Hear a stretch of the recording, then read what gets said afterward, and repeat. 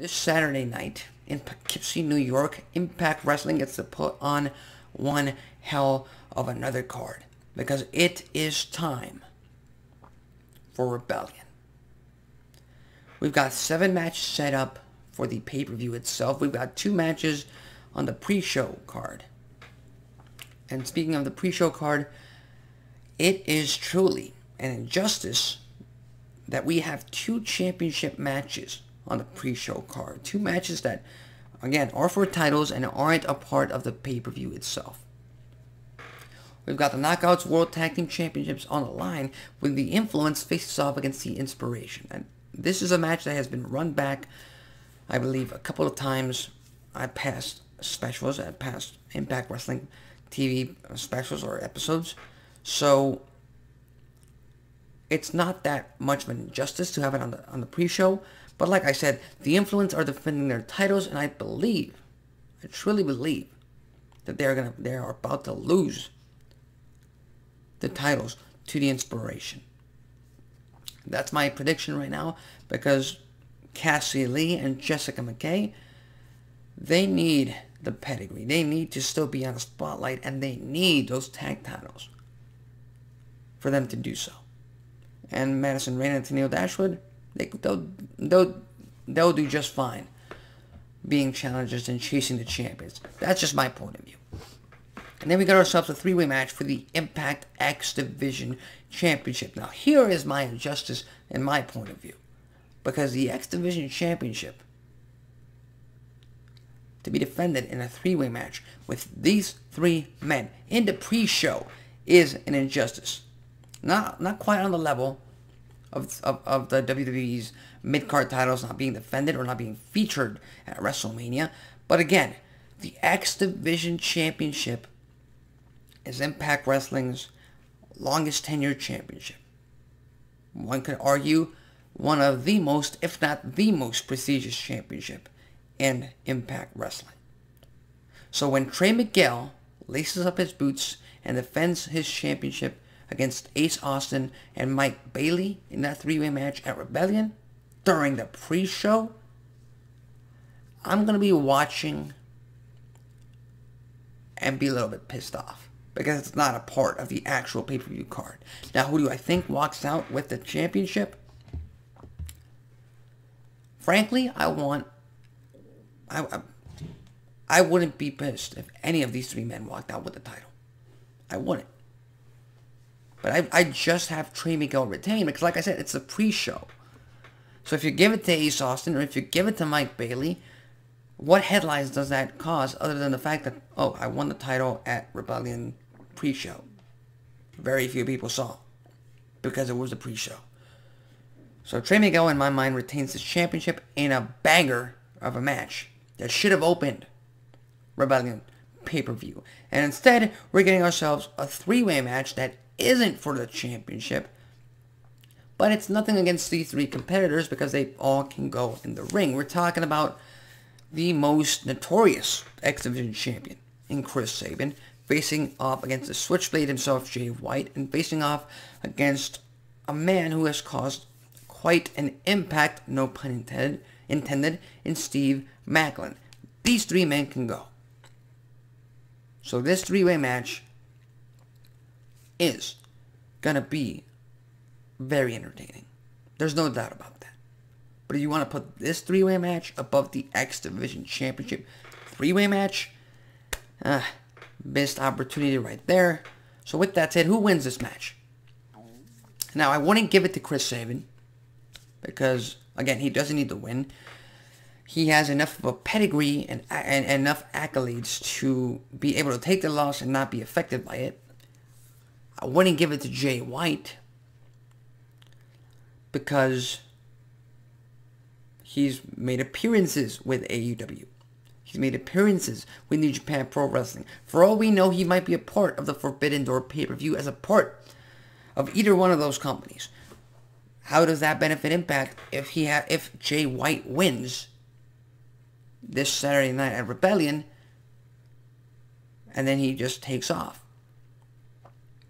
And then you got a man like Steve Maclin who has the luck and the wrestling ability to be a top contender, not just for the X Division Championship, but also for the Impact World Championship. So I'd give it to Steve Maclin. I think that's a no-brainer. I think if there's any other result other than Steve Maclin winning this three-way match, that would be a huge mistake on Impact Wrestling's part. We're talking about Jonah versus Tomohiro Ishii. All I've got to say about it here, it's going to be a hard-hitting match. Big ground and pound, everything to do it. It's going to cause people to gasp. It's going to cause people to ooh and yeah, and this is awesome. I have no doubt about that. Who's going to come out with the win? No doubt about that either. It's going to be Jonah. He's a part of the current Impact Wrestling roster, and he needs to get over. Not to mention, he's already faced the former Impact World Champion Josh Alexander, so he's on the road to building momentum and becoming a top star in Impact Wrestling. How do you do that? Beat the living crap out of Tomohiro Ishii, who everyone knows can take a damn beating. Let's just find out what kind of a beating he takes in Poughkeepsie, New York. We got ourselves a non-title match in Jonathan Gresham against Eddie Edwards. Jonathan Gresham, who ever since he made an appearance in Impact Wrestling, has been against Honor No More.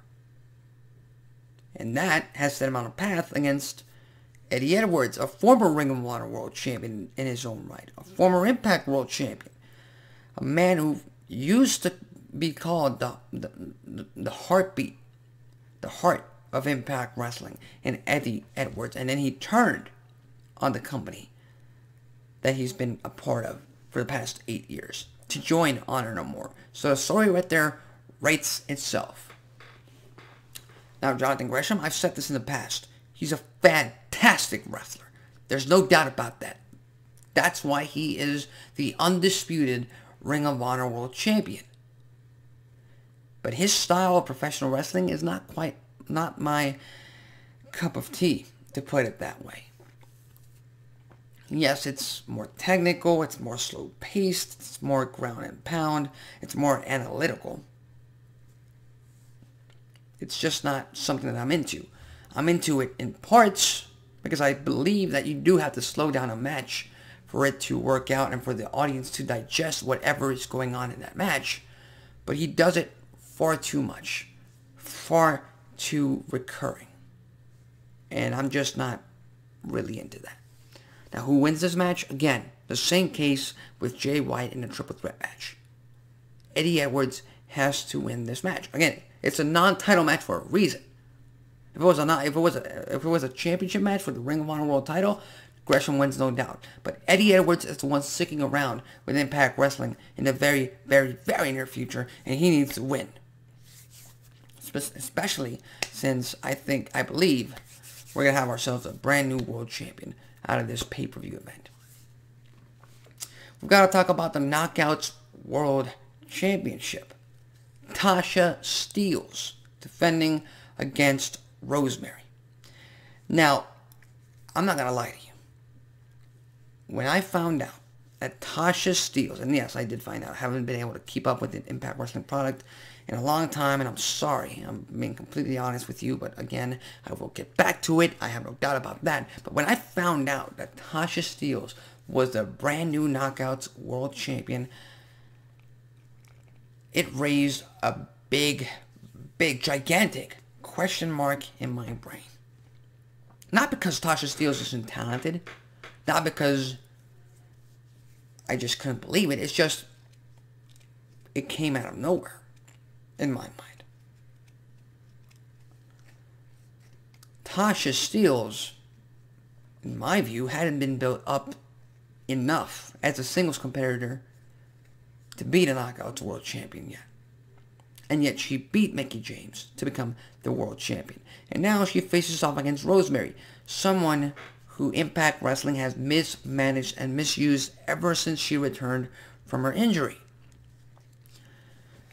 Because Rosemary was Knockouts World Champion, she lost the title and then she got injured. And when she came back from injury, I fully believed that Rosemary was the type of character and the type of professional wrestler that Impact Wrestling should build the Knockouts World Title main event scene around. And it is truly an injustice that she isn't the Knockouts World Champion, that she hasn't been the Knockouts World Champion in a very, very long time. But unfortunately, I don't see her walking out with the title at Rebellion because, like I said, it would be a much bigger disservice if you have Tasha Steelz lose the championship at Rebellion.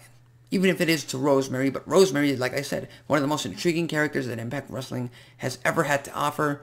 She can take the loss. As much as it pains me to say this, Rosemary has to lose, and Tasha Steelz needs to keep getting momentum as a top main eventer in Impact Wrestling. So I'm going to give it to Tasha Steelz.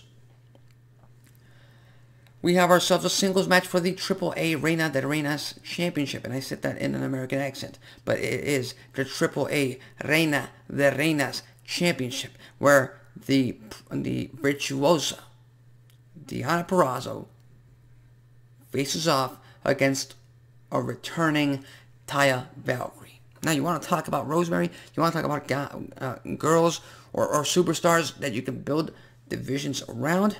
Look no further than these two women. Deonna Purrazzo has been on top of Impact Wrestling's Knockout roster ever since she made her debut for the company. Now, she's not the Impact Knockouts champion right now, because that would be too repetitive in Impact Wrestling's booking manner. But she is still very much in the main event position. She is still very much in the limelight of Impact Wrestling's Knockout division.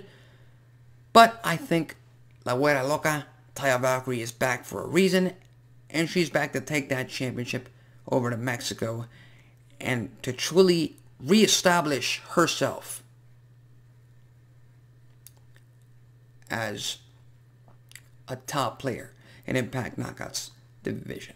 So Taya Valkyrie beats Deonna Purrazzo, and we start to get a very, very recurring series of matches, great matches between these two opponents very, very soon, which everyone should be looking forward to. Then we got ourselves the Impact World Tag Team Championships on the line. Violent by Design, Eric Young, Diener, and Joe Doring. Any combination of these two men can defend these titles at Rebellion in a 8-team elimination challenge. Now, I don't know which teams might be involved. You might have the Bullet Club, the Good Brothers. As far as I know, the Briscoes are going to make an appearance. They might come out with the World Tag Team Championships. I wouldn't be surprised if they do. But Impact TV currently has been really focused on Matt Cardona and Chelsea Green and Brian Myers. So I'm going to make this short, simple, and to the point. The major players and Brian Myers and Matt Cardona are going to be your brand new World Tag Team Champions. And then you're going to have the brand new babyfaces coming into Impact Wrestling and the Briscoes chasing them for the Tag Team Championships. It's either that or the Motor City Machine Guns make a return and actually become the faces of the tag division chasing the champions. So with that said, let's get into our main event for the Rebellion pay-per-view. A main event that I could not be more happy about, because we finally get the match, the rematch, the actual match between Moose and Josh Alexander for the Impact World Championship. I've said it here. This rivalry has grown and built up over the past few months. I mean, we're at the tail end of April. This is something that began at the tail end of October. What Moose did and has done to Josh Alexander's family, not to mention his wrestling career, puts this rivalry and this feud and this championship main event match above everything else. So do I think we're going to have ourselves a new Impact World Champion, and do I think we should have ourselves a new Impact World Champion at Rebellion? There's no doubt about that. Josh Alexander needs to walk out of this show the Impact World Champion. Not because it's time for Moose's title reign to end, but because that is the type of story that Impact Wrestling is telling. And you can call it predictable or all you want, but sometimes you gotta give the people what they want, and you gotta be predictable in your storytelling, because it's the right thing to do. And if you don't, you book yourselves into a corner. So, if after this Saturday night, Josh Alexander isn't the Impact World Champion, I'm going to be hella surprised, and I'm going to be expecting something else to have happened, something big to have happened. Because there are currently nowhere in the main roster that has a big enough babyface to challenge Moose after this. Heels? We do. We do have some heels that can take up Josh Alexander after he wins the World Championship. But like I said, the walking weapon walks out, Impact World Champion from Rebellion, in a very heated brawl, very bloody main event match in New York City. So with that said, those are my predictions for the upcoming Rebellion pay-per-view in Impact Wrestling. We'll just see what happens. We have that to look forward to. We have Rampage and we have SmackDown later on tonight. So with that said, leave your thoughts, comments, and predictions on the pay-per-view coming up this Saturday night on the comment section below. That's it.